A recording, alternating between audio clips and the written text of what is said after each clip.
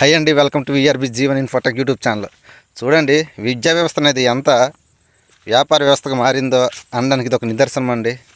ఇది సామాన్యుడికి అందని ఒక ద్రాక్ష పండ్ల విద్య అనేది ఉంటుంది.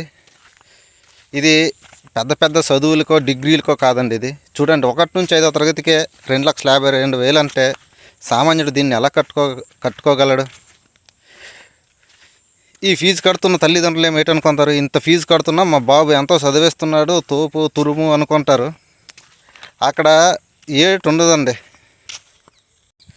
గవర్నమెంట్ స్కూల్లో ఏ విధంగా అయితే పాఠాలు చెప్తారో అక్కడ కూడా సేమ్ అదే విధంగా పాఠాలు అనేది చెప్తారండి.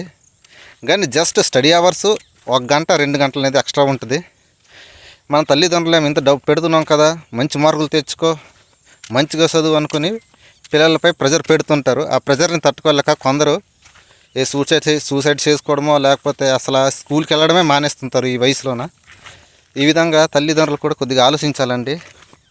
మీరు డబ్బులు కడుతున్నారంటే పిల్లలకి మంచి భవిష్యత్తును అందించాలని, కానీ వారి యొక్క మనస్తత్వాన్ని కూడా మీరు ఆలోచించాలి. ఈ విద్యా వ్యవస్థని వ్యాపార వ్యవస్థగా అనడంలో నేను కొద్దిగా తప్పు అనిపిస్తుంది. కానీ విద్యా వ్యవస్థ అనేది చాలా గొప్ప వ్యవస్థ అండి. ఒకవేళ అలా అనడంలో మీకు ఇంకెవరికైనా బాధ కలిగించుంటే నన్ను క్షమించండి.